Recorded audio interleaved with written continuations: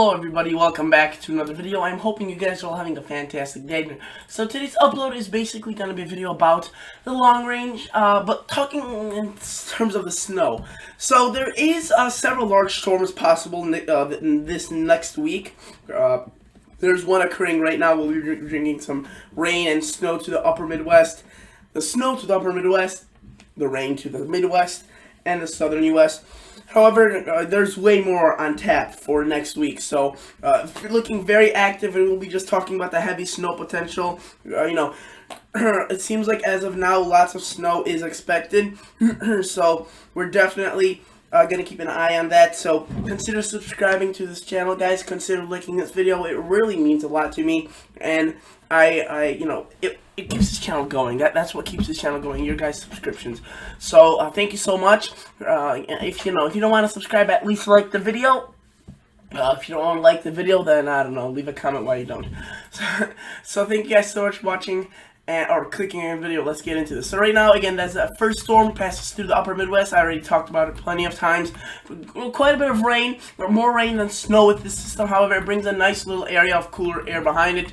Introduces a little bit of another system right here, maybe a little bit of light snow towards northern Illinois and into Indiana. But it really doesn't bring too much snow with it at all. Maybe across the northeast a little bit, which would actually be interesting to see. You can see the strengthens right there. That would be cool to see if that actually evolves into anything. And this is the latest GFS model run, so it only goes out to hour one away. Let's look at the previous one and let's look at the long range. So notice the previous one did not have the coastal system across the northeast as well developed. Now it shows a little bit more snow, so that's interesting to note.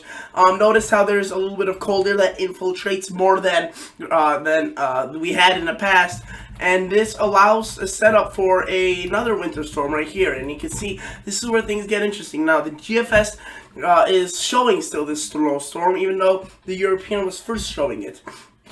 Now the European, the weird thing is, it has backed down from this system. It has moved a little bit farther to the east, but weaker, and it's more focusing on a second system that is even stronger. Could be even stronger, but look at this. The GFS is showing potential for very heavy snow across Minnesota, Wisconsin, with a very strong low 982. This would be a giant windstorm, and again, it's about a week away, maybe a little bit less even. So it really, things are starting to look very interesting with this. And we'll just have to wait and see what exactly this forms. Over the weekend, we'll really start getting things nailed down. But as of now, the only thing I could say is there's a potential for heavy snow across the northern U.S. with a couple of storms. Where they exactly will lay out, it's tough to tell. Will they be at the strength they're currently shown? It's, again, too far, but I am confident that there will be some sort of series of systems heading towards the west. Notice this one leaves a bunch of cold air behind it. This allows for even more snow with this giant system, which you can see the GFS is advertising very powerfully. 979. That is a record-breaking almost system. I mean, seriously, historic storm with tons of moisture out ahead of it. Look at that. It taps right into the Gulf Coast, brings just atrociously big amounts into the upper Midwest, and right behind it, notice just absurdly cold air, which will set off December possibly here. And remember, we thought December would be possibly warmer. So if this turns out to be a colder month, the later part of January and February of winter may seem to be in jeopardy. It's gonna be tougher to predict. I'm just looking at those snowfall amounts. That's just ridiculous. So that is with all the two storms combined. Let's look at the first storm. Notice it's a narrow path, but the snowfall amounts are pretty heavy, up to a foot in some locations. But then that second storm is just a monster. I mean, seriously, this thing just absolutely explodes in snowfall amounts. 32, 40 inches of snow.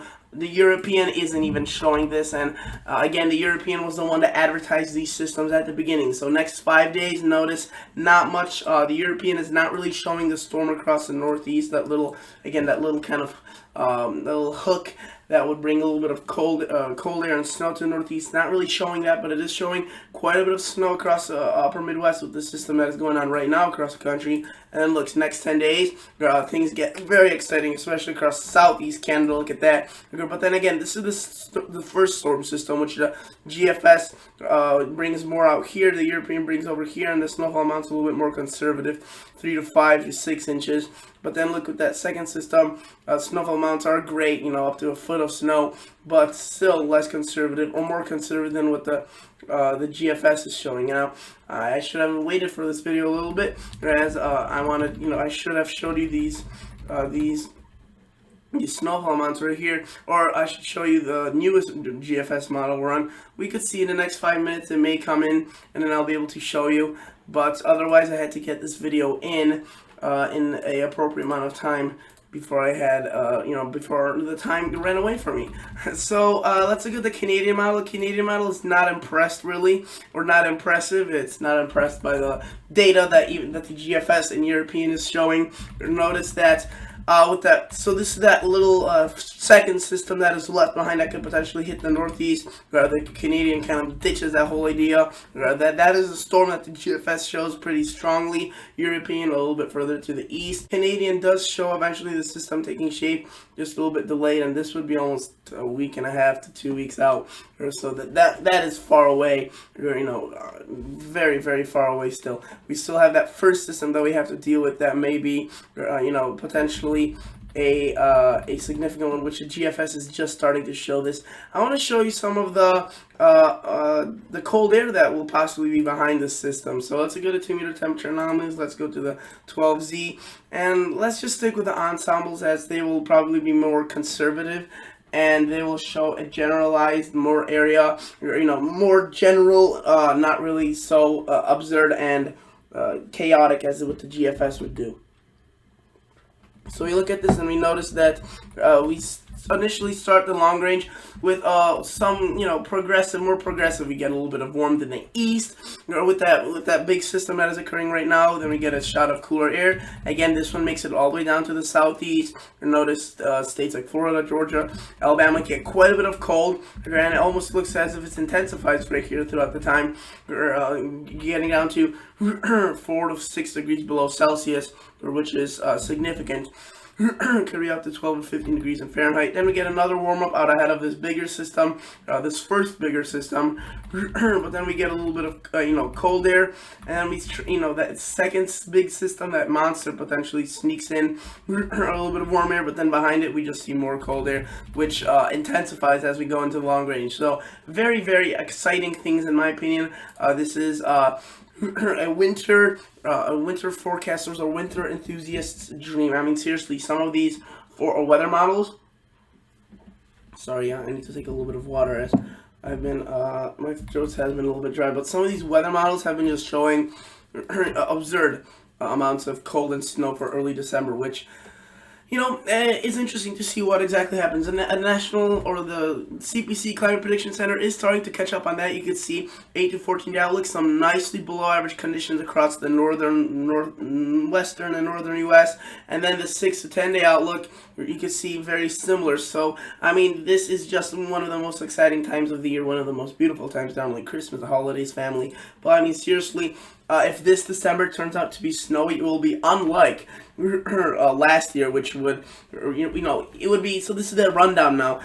If it was similar to last year, where we saw a warm December and a cold November, like we already have seen a cold November, and we saw a warm December this year, then it would be, it would be dumb of me to say that January and February will be warm. They would be most likely cold, and I would have an easier job. However, now that, November has been cold, and if December turns out to be cold, I'm not saying it will at this point. It's looking as some indications are showing it may start off at least, cold, at least the beginning. But if it starts off and it ends up being cold, then January and February and March may either be on the warmer side of things, or they may stay cold as well, kind of like the 2013-2014 winter, which, if you remember, was just an all throughout brutal winter. But we'll just have to wait and see as what the December brings, because that's really what determines this forecast. It's what, the long range forecast. I mean, I'm not even talking about the snowstorms. Snowstorms will happen either way, either when it's colder or warmer, or it's even in the warmest winters, you still see snowstorms somewhere across the United States. So there are really plenty of fun things going on, just, maybe in different locations, or maybe not in your location. But as a forecaster, this is just going to be or weather enthusiast, is going to be really fun. So I wanted to show you one. Okay, yeah. Let's see if the latest model of the latest GFS model has come in. Okay, so it's going out to 132 hours. We could probably start seeing. I want to see if it's still showing that first system to the same strength that that it was originally. So notice, okay, so it is weaker. It's at 990. So it's more of what the European was showing. So this system initially started off pretty strong, as if you go back a couple days. Notice how this was, you can see, a pretty big system. Possibly the European was showing the same thing, but now it has substantially weakened, which is a little bit weird. But that's what some of the models are doing. So notice it's a little bit weaker, which it's doing what the European is doing now. So that's actually a little bit of peace of mind, where we know that the two models are finally a little bit agreeing. So this system will still be a fairly something to talk about. I mean, you can see some of these snowfall amounts would be around 5, 6, 7 inches, and this would come to more southern U.S. than what we've been previously seeing. But the real storm could occur later on that week, so we'll just have to wait and see. But either way, it looks very snowy, very high potential for snow. Notice in the mountainous northwest, we just see quite a bit of snow as well. I mean, very, very, very snowy. Notice 24, 28, 30 inches. And I may actually make a video today about a pattern change that will be affecting the western U.S. even more than the eastern U.S. in the next 10 days. So that is that. Let's quickly look at this. Yeah, notice it does show some snow, but a much weaker system than what it was showing earlier. That's fine. I mean, the weather models are all over the place, but it's a little bit comforting to see that at least two models are in agreement. So let's look at these snowfall amounts with this newest model run. You can see still not significant across these locations, but if you look at the previous one, I mean, this one just goes crazy. Look at that. If that were to come true, that would be it's just a blockbuster storm. So we have to keep an eye out for that and see whether or not that actually holds true. But again, things are looking fairly snowy and white, despite what exactly happens. There's going to be plenty of shots for storms and snows, and at least a couple of them are going to come true. So that is basically it for today's video, guys. Thank you so much for watching. Consider liking the video. Consider subscribing to the channel. I'll catch you all guys in the next episode. See ya.